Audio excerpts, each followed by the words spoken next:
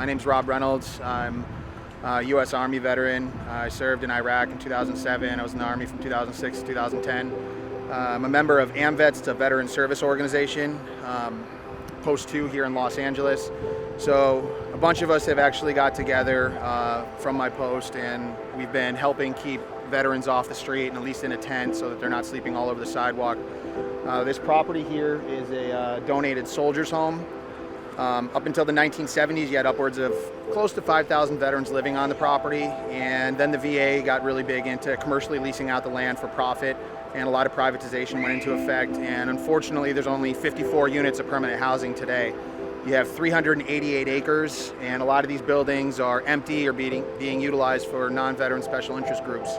There's wealthy developers, special interest groups that all see this land and they want to utilize it for things like schools or public parks or dog parks and never build veteran housing. So that's something we're trying to fight through right now, is to get this land back to the way it was supposed to be. It was donated in 1887 to be a home for disabled veterans forever.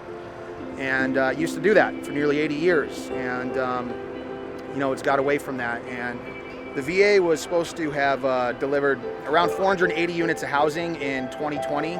Unfortunately, that did not happen. And when the pandemic hit, we had that shortage of housing, and then they took all the programs on the property and reduced them down to a 50% occupancy. And at that time, that's what caused the population out on the sidewalk to really start to grow. And that's something we're constantly dealing with. Every time there's a COVID outbreak in any one of the programs, that's when you'll see they stop admissions, and then you see the population start to grow. About 95% of them out there are all enrolled and either waiting for like HUD-VASH vouchers or different services through the VA. Just these things take time. They don't happen overnight. And it's unfortunate that they're staying out in the street. They should be able to wait on the property while they're going through this process of getting registered and waiting for different housing opportunities, but unfortunately that's not the case today. So we're trying to do our best to make sure that they at least have some reasonable accommodations like a tent and a cot, somewhere to go to the bathroom, bring in food and everything for them. It's been a long road. We've been at this, I want to say about 15 months now since these large tents went into place. Currently today there's 50 veterans out on the sidewalk. 16 of them are combat veterans. We have a lot of Afghanistan that show up, Iraq, Gulf War, we have some Vietnam out there right now. It's really important that this gets changed because you see what's happening in Afghanistan right now. You just had a lot of service members get killed and more get injured. And if they were to come home today and come here to get services, they're going to end up out in the street. And so this can't happen, and we're really trying to change that before these new veterans start coming out and getting out of the military, so they don't have to go through this and risk dying out on the sidewalk. Right now our country's bringing a lot of the refugees over that helped assist U.S. service members during the 20-year war, and if we can cut through the red tape to get all the refugees housed, there's no reason we can't cut through the red tape and get all these veterans housed and off the street, because anyone that raised their right hand should not be in this position. And people pay taxes every year to have these guys housed and taken care of. They have benefits, and they're entitled to housing, and they're entitled to housing here on this land. And that's really what this whole fight is about, is getting the veterans back on the land and getting the VA to stop leasing out portions of this property. Because when you have the VA involved in their real estate business, they're not involved in the business of taking care of veterans. You can't have both. We network with a lot of different groups. So we network with Veterans Peer Access Network. That's like a county program. It's comprised of a bunch of different agencies like the Department of Mental Health, Goodwill.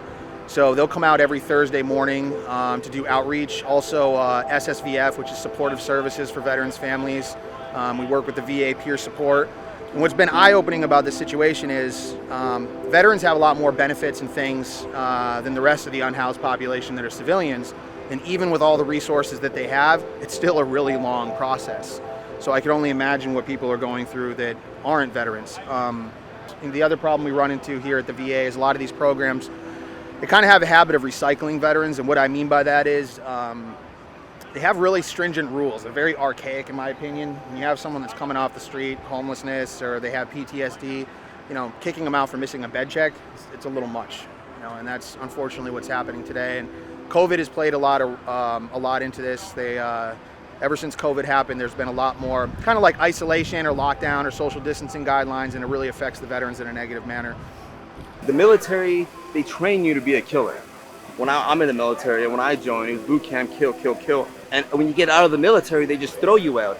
But when you have kids or something, and they run by you, you get that quick switch because you're still in that killer mode. So I think we need to incorporate a way to, it's gonna sound funny, but how to train veterans to be civilians again. War is hell. Now with these young kids coming back, they need places like this for them to come back to, kind of get them back into society. As soon as you leave the military, you go through the program, and each veteran is different, 1 month, 2 months, and each healing is different. So each method is completely different. But that program gives you a time to decompress, to go away and just let it out instead of just going from war to family and your kids wanting you and your friends want you and your mom wants you. And you have to get a job and you have to do it. It's a lot, especially a lot of veterans, they see combat or they don't, or they might have their own trauma from the military, which is a lot. So I think we need to incorporate it once they leave the military, decompress however that soldier needs, and then back to civilian. When they dropped me off in public, when I came back from Vietnam, first thing I didn't have my weapon. I was actually scared. I didn't have my weapon. But my wife said, get a job. That got me kind of like back into society. They're supposed to have programs and they're supposed to have opportunities conflict-free that they can easily get into. And unfortunately, that's not what they have here today. In 2011, there was a lawsuit. Vietnam Veterans of America sued the VA for misuse of land, and also in that lawsuit, the ACLU contends that the VA benefit program here discriminates against veterans with severe mental health disabilities and also with PTSD because they can't adequately access the care and treatment they deserve or they're entitled to, and that's still happening today. It's hard to get these guys connected in and get them in just because of all the red tape and hoops they have to jump through. And a lot of times when they show up here, they don't have any identification, they don't have any of their paperwork. So it takes a long time for us to get all that stuff together and get them inside. So it's not like these people just want to be outside and they're criminals and vagrants. It's just not the case. It's a long process to get them in. And I know myself and everyone else that's involved in this, we wish that they could be waiting on the other side of the fence here on the property instead of out in the street, because they should not be out there. And generalizations are bad. I hear a lot of times people generalize, they're all drug addicts, they're all criminals, they're all vagrants. And when you do that, you miss a lot of people in between, because there's a lot of people out here veterans out here that don't use drugs, that have never used drugs, that are literally just trying to get help and don't know how to access everything. And so we're trying to work with them, and it's definitely a really difficult road. The reason why we put the flags on the tents is because people were saying that they were not veterans. So that's why we put flags in each tents to show that each person in a tent with a flag on it is a U.S. military veteran. And since I've been involved in this, there's been hundreds of veterans that have showed up here for help. And that's part of what really keeps me going with the whole situation, because I am constantly watching people. Every week we get someone into housing, permanent housing, or into a program, and we have guys that'll come back after they got housed to come out and help. So it's definitely working what we're doing, and it's just been connecting with everybody and getting all the different veteran groups together and getting them all on the same page with, hey, let's try to get these guys housed. Where this really needs to go in the future is everything that we're doing out here on the sidewalk needs to be brought inside the VA so that these guys aren't out on the street. That's the ultimate thing, and what's in the way of that right now is the politics behind this property. What it really all boils down to is just greed. You have everyone that thinks, that's in the community that thinks they can do whatever they want on this land, and the veterans are the ones that suffer in the meantime, and even the rest of the people in the community, because if everything was operating correctly in here, you wouldn't have people out on the sidewalk. And until some things get fixed in here, you're going to continue to have this problem. For instance, there's no immediate same-day sheltering. If someone were to show up today, there's nowhere that they're going to go and get shelter today. They're going to end up out on the sidewalk. And if you're not enrolled in any type of program here on the property, the VA police will tell you to leave. So that's the position we're in, and we're really trying to advocate to get the VA to get some type of, one of these buildings, just get it set up where it's like immediate shelter. They show up, they're a vet, you give them a bed and a place to stay, so that way they're not forced out into the street. And also additionally, stop throwing these people out and putting them back into homelessness, because we see it all the time where you get people into programs or different transitional housing, and then they're right back out on the street a couple weeks later. With everything going on with homelessness in Los Angeles, something's got to be done different, because we can't just keep throwing people back out to the street. No one knows better what a veteran needs other than a veteran.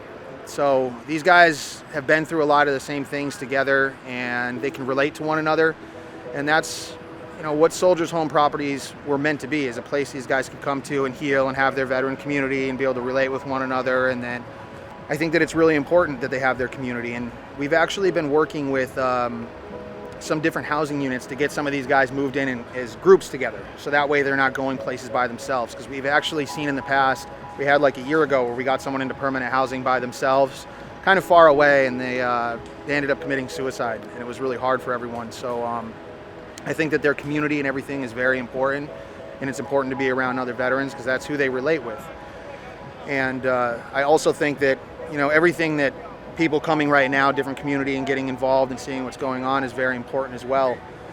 I'm hopeful that over these next few months that we're really going to start getting a lot more people into permanent housing. In the last 2 weeks, we had 4 guys move into permanent housing from the sidewalk, which is, it's really good. It's been a long road, but there's a lot of positive things that are happening right now, and we're just trying to keep the momentum going and get as many veterans inside as we can. My heart goes out to each and one of these veterans right here, because I know they struggle. I just wish and pray and hope to God that you guys can see our side of it and help us out here. Because I'll tell you right now, no human being should ever have to live like this. No human being. And what we want, it's just American people say, you know what, you're home. Join us. One day, come out here one day, see what it's like. And I'll bet you'll change your mind.